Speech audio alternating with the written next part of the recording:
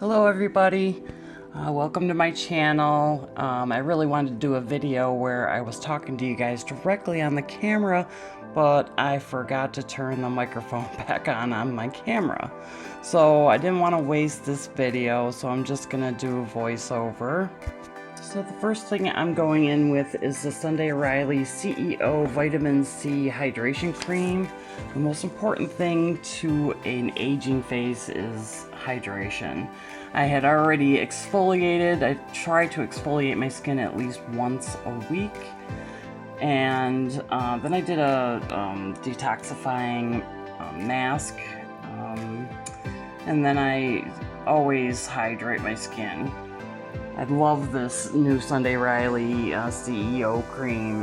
I got it in one of my Pixi Plus bags, and I absolutely have been loving it.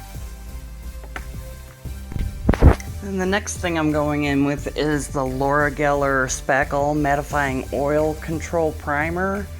I really like this stuff too. It really blurs everything out on the skin, and it leaves a nice base for putting foundation on top of it. The only thing about this stuff is it tends to settle in the bottle, so you gotta shake it up and make sure that the oil doesn't separate from the rest of the product. The next product I'm going in with is the Maybelline Master Camo Color Corrector. I just started using this on my under eyes. I like to use it so that I don't have to use as much concealer later under my eyes, because when you have aging face, you have wrinkles under the eyes, using a lot of concealer tends to settle in there and just accentuate your wrinkles. Then for foundation, I'm using the Maybelline Fit Me Matte and Poreless Foundation in 228.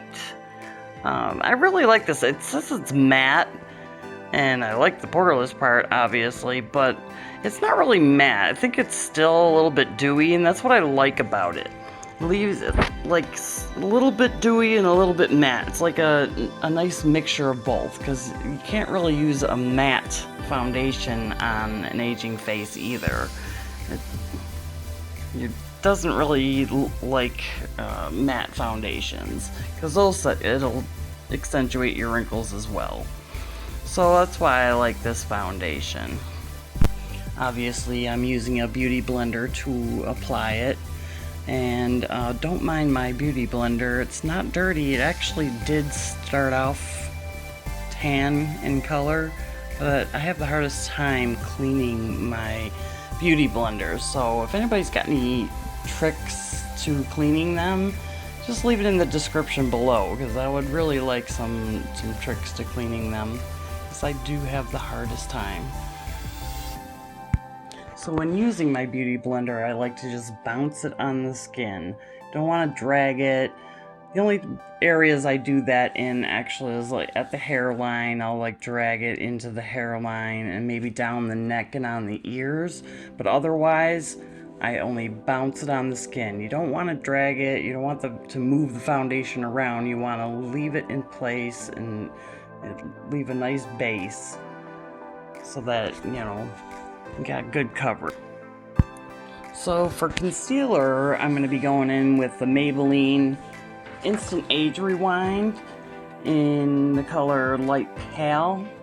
I put it a little bit down my nose, my forehead, a little bit on the side of my cheek, so that like starts to carve out the cheek, on my laugh lines, and down the middle of my face. And I really don't like using a whole lot on the under eyes. Like I said before, that's why I use a color corrector, and I really like this technique a lot better than piling it on, because like I said, it just settles into those wrinkles and accentuates them. So I start off like doing the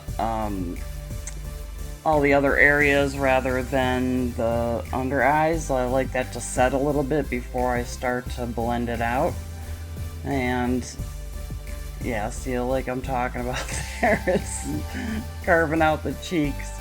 And I used a little bit too much on the nose. I like to try to keep it a little bit lighter than that on the nose, because tends to elongate my nose, and I don't like that.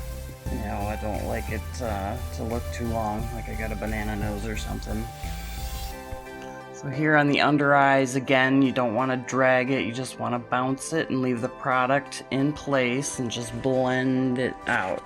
Blend it down first and then like out to the side, and almost like a triangle, you know, just like, you know, like you see the girls putting a whole big triangle on. You don't have to have that big triangle to start with. You can blend it out in that triangle, and then it gives you a nice light under eye. So now the powder I'm using is CoverGirl translucent powder in light, and I'm just baking everywhere that I put that concealer, and that's about all the powder I'm going to use, because I'll be able to spread it out on the rest of my face, because I don't want to use a ton of powder. I usually sometimes don't even bake like that. If I sometimes don't use concealer, I won't bake, because powder tends to settle in the creases, but when I do use concealer, you definitely want to set it so that it doesn't crease. So that's what I'm doing right now, and I know that's a concealer brush, and that's a Morphe brush, but I like to use that. I think it like pushes the powder in better than a powder brush. Might poke holes in the foundation for all I know, but I really don't notice it doing that at all. And then the bronzer I'm going in with is the Wet n Wild bronzer from the Fire Dragon versus Ice Dragon collection. It's actually the darker, see, I got it right back there, that's what I'm saying. I do it in like a 3, like on the forehead, then on the cheek, and then on the jawline. Do it everywhere on the forehead except for right in the middle, because I do have a little bit wider of a face, so I want to thin it out. So I keep it, you know, to the sides of the forehead instead of in the middle. This bronzer, it's pretty good. I like it. I mean, I've used better bronzers, obviously, but this one warms up the face just fine.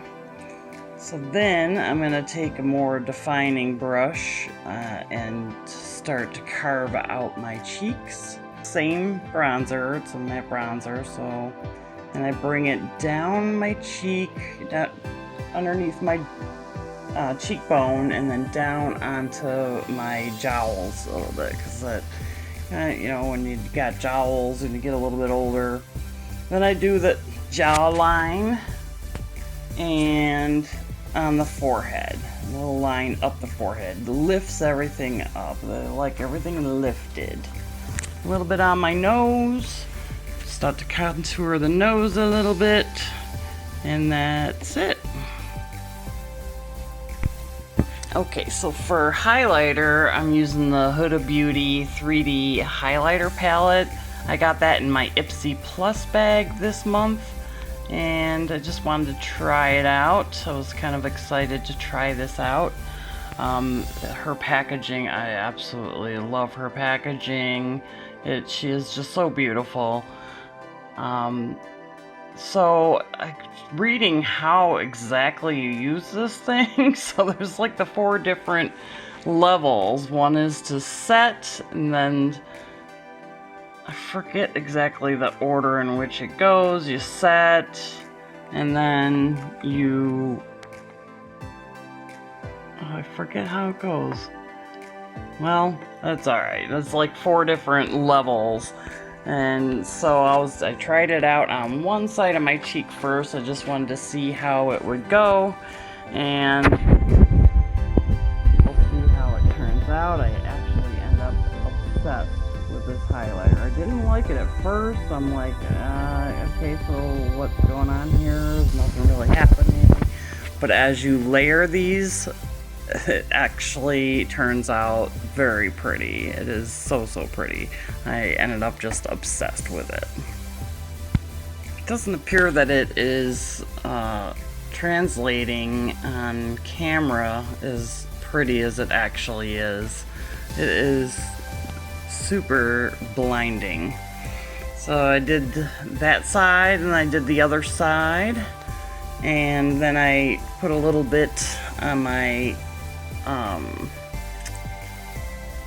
forehead. I do my chin and the tip of my nose, and then I do a little deposit of it at the top of my nose. And I don't know, can you see that? It is just so pretty. I love it. I think I'll definitely be using this quite often. There, I was showing her the packaging. I just love her packaging. It's always super cool. And I'm also going to be using her, one of her Obsession palettes. I got I actually ordered those extra in my Ipsy Plus bag. I got the Smoky Obsession, and I got the Mauve Obsession. So next I'm gonna do my lips, lining them with the, I don't know if I'm gonna even say this correctly, Illamasqua? I'm not sure if I'm saying that right, sorry guys. It's a Illamasqua coloring pencil lip crayon. It's like a burgundy color. I couldn't find like a shade on it, but it's like a burgundy shade. And then for lipstick, I am using the Maybelline Superstay Matte Ink in number 80. I saw like under the 80 there was a shade name for this, but I couldn't read it. It was way too tiny. Even with my glasses on, I couldn't see it. And then the lip luster that I'm using is from Ciate, London. I don't know if I'm saying that right either, but I think it's Ciate. If anybody can like put up enunciation in the description below on how to say that. But anyway, the shade in that is called Call Me. Oh, I kind of like that. It's kind of cute. Call Me. So I lined the lips, and I did that little trick with the lines. I don't know. I'm not sure if that actually even works, but I don't think so really. And then I did the lipstick, and then I let that dry. I moved on to doing my eyes while the lipstick was drying, because I didn't want to put the lip luster right over the wet lipstick. So I'm gonna move on to doing brows here, and I don't really do like really dark brows. I don't like to get too crazy. All I really do is a line on the bottom, like a line on the top. I use feathery strokes, and basically just fill in where I am lacking hairs. I don't like make it any wider. I don't like too wide of a brow. And then I just elongate the tail a little bit. Same on the other side. They say that your brows are not supposed to be twins, they're supposed to be sisters, so you don't have to worry about them looking exactly the same, because they're really not supposed to look exactly the same. And there we go, voila, 2 not so perfect eyebrows. So then I'm going to use the soft ochre paint pot to carve out my eyebrows. And I'm also going to use that to prime my eyelids for eyeshadow. I think it's important to use a primer before putting on shadows, because it, you know, gives you a nice base, a nice blank canvas to paint on. So your shadows will be real pigmented and vibrant. So once I get the basic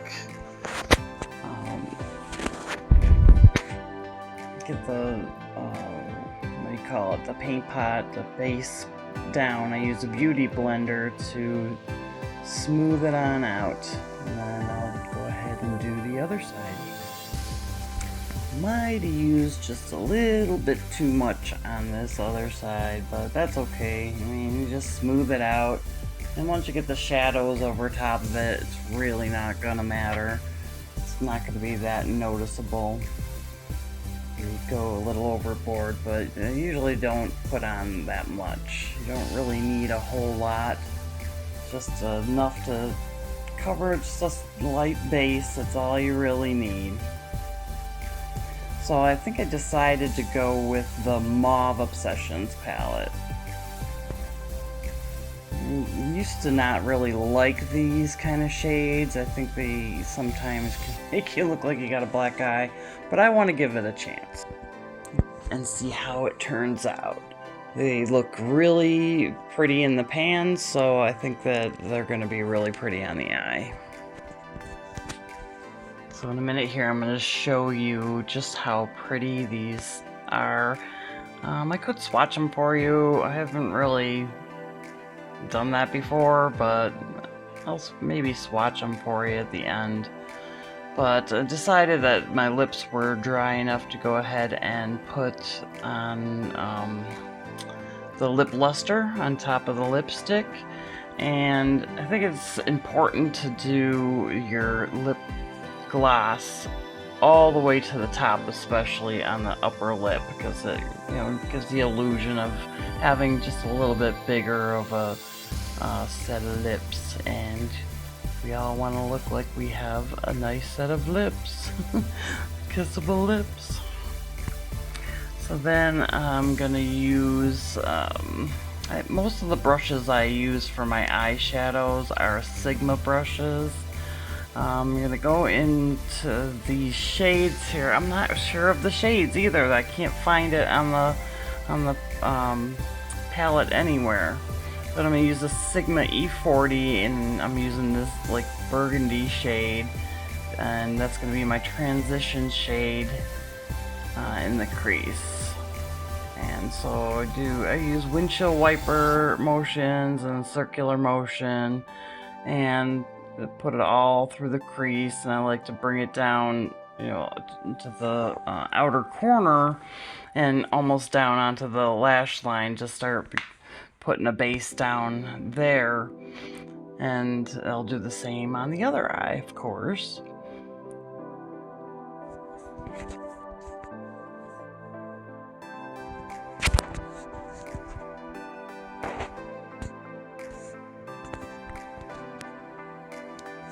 So I really love Sigma brushes. They're my favorite. Not only are they cruelty-free, but they're also very soft, and they blend amazing. Never have a problem blending. I mean, if they're really terrible shadows, obviously I can't get, you know, work magic or anything, but I think that these brushes definitely help with blending. So now I'm taking a Sigma E35 brush, and I'm taking the brown shade from the palette, and I'm going to deepen up the crease with that. I'm really liking these shadows. They're not super pigmented or anything, but I think they blend well. I think they're very pretty. So I go back in with this Sigma E40 just to blend that out a little bit more. And then I'm going to take a Sigma E25, I believe that is. One's a 35, one's a 25. I'm not sure which order that is. Maybe you could tell me down in the comments. It said description earlier, but I meant down in the comments, not in the description. I will leave all the links to where you can get these products down in the description, probably, so that you can easily find them. So I was gonna use like a cardboard thing to like do a sharp edge on the shadows, but then I changed my mind on that. But I'm gonna go in with the darker shade in the palette. It's kind of a dark burgundy, and I'm going in the outer corner with that, and like on the outer third of the eye. I just use that dense brush to pack it on where I want it, and then I'll blend afterwards. But it's easier when you use a dense brush and just pack it on where you want it rather than trying to swipe it right away and end up not having it go where you want it. You end up with a blob, and actually you end up with a lot more fallout that way too with the darker shadows. Easy to end up with fallout with the dark shadows. So then I'm going to take this shade also on the lower lash line, and I don't put any more product on the brush, but I just sweep it really close to the lashes with this darker shade without any more product. Like I said, you don't need to like pile on the product to do this. You just need the tiniest bit that's left on there from putting on the shadows, and you want to make sure that you connect it at that outer corner. That's very important. If you leave a blank spot there, it just does not look good. It drags the eye down. And then we blend. The blending makeup game. That's all makeup. That's the trick with makeup, is making sure that you blend well. Gotta blend everything out. Everything's... So let me know what you think about these shades in this palette. I think they're very pretty. So far, so good. So, next, I'm gonna take another dense brush. I believe I used a Wet n Wild dense brush. And I'm going to use some setting spray and apply the shadow with a wet brush. And I think I used the lightest shimmer shade in the palette. I like the lightest. I don't know. I don't like a dark lid. I like a nice, light, shiny lid. But anyway, I started to apply it with a wet brush, but it really wasn't coming, shining out for me real well. So then I tried going in with my finger, and it actually worked out much better with my finger. It applied much better. Look at her packaging. Oh my god, it's just so stunning. Got the shiny eyes. Oh, and that's what I was saying, is that you can also use, from that 3D palette, you can also use those on the eye if you really want a shiny eye, but I don't think I want to go that far with a light shadow. Ugh, I cannot speak today, so sorry. So yeah, I applied it with my finger, and it definitely looked much better with the finger. I think that maybe the first eye turned out a little bit better because I started with a base with the wet brush and then went in with the finger, but I just evened it all out, fixed it. Turned out just fine. I took the transition shade and brought that on the lower lash line, just to blend out that darker shade, smoke it out a little bit. And again, you want to make sure you connect at that outer edge. It's very important. So I took a pencil brush and a mixture of the transition shade from the palette and the darker burgundy shade, and I stamped it in between the light color and the dark color just to create a gradient effect. It's a little transition between the light and the dark. So on to eyeliner. So on the lower lash line, I like to use a light color. So I used, I forget what it's called, Aero Enhance Pink. It's like a pinky light liner that I used on the lower lash line. I think that it's important to use a light color on the lower lash line. I used to be the old black liner on the bottom, never used it on the top. So then I decided to pop some highlighter from that highlighter palette into the inner corner, just to brighten up the eyes a little bit more. I think that's something that I, just learned recently, and I like to do that. I think it is definitely pretty. And then I put some on the brow bone as well to highlight that area. So then, for liner on the top, I was going in with the Maybelline Eye Studio gel liner in Blackest Black.